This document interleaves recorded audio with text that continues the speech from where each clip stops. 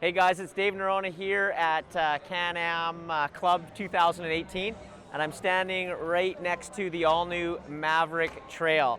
I've spent some time on this machine now, and I can say it's truly awesome.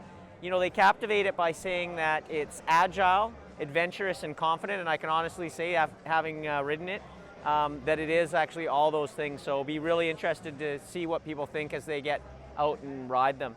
It's 50 inches wide, 69 inches tall, and the wheelbase is 90.6 inches.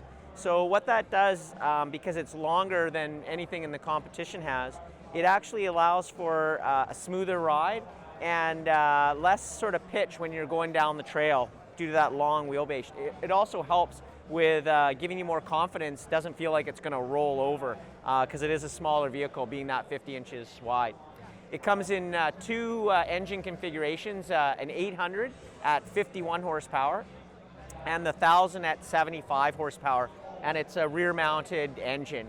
Has a QRS CVT that's all for the Maverick, but it's basically modified for the trail version, and the intake for that CVT is right here. Moving to the front of the vehicle, it's got 10 inches of suspension in the front. It's a dual A-arm with a sway bar in the front for suspension.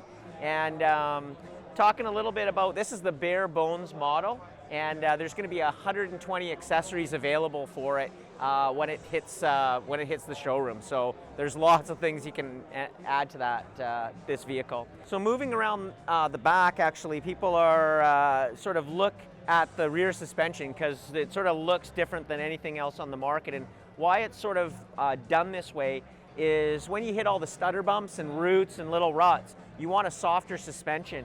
And this design gives you that soft suspension when you're going down the trail. However, when the travel goes through its suspension, you want to resist bottoming out. And that's sort of the design of this rear suspension. So you get really good suspension going through the stutter bumps and things you hit every day like roots and rocks, but it resists bottoming out. So very cool.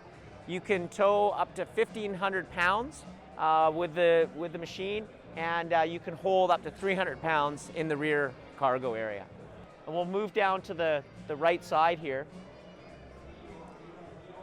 is where you're going to sort of do all your service items. So your fuel is here, your Donaldson air filtration system is right here with two clips. It comes right off, and checking your oil. So not only is it low maintenance, but it's easy to access all the maintenance points on it.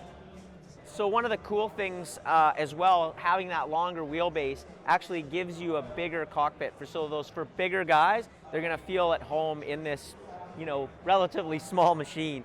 Another nice feature is that the gas, brake, and your foot placement is all on the same line. So you're actually sitting straight in the vehicle. You're not turned sideways on that you are in some other vehicles. As well as the passenger, same thing, two footrests and a grab handle in the front, so you feel very secure inside the vehicle. Other than that, everything is really easy to get to. It's got the same adjustable steering wheel. These seats can be removed in like 10 seconds, and the battery's housed under the driver's seat, so it's really easy to get a hold of that. And again, the seats come out for that sort of maintenance. In the 800 version, you get the vented doors, and in the 1000, you're getting a full door. So that's kind of a few little differences between the two machines. One of the characteristics that I actually just love when you're driving this machine is where you can get through. It takes a little bit of time to actually figure out what you can get through because it is so narrow, but one of the best things or features is how tight it turns in those corners. So you're just like ripping around through trees, and for those who love riding those tight trails, this machine is absolutely a blast to ride.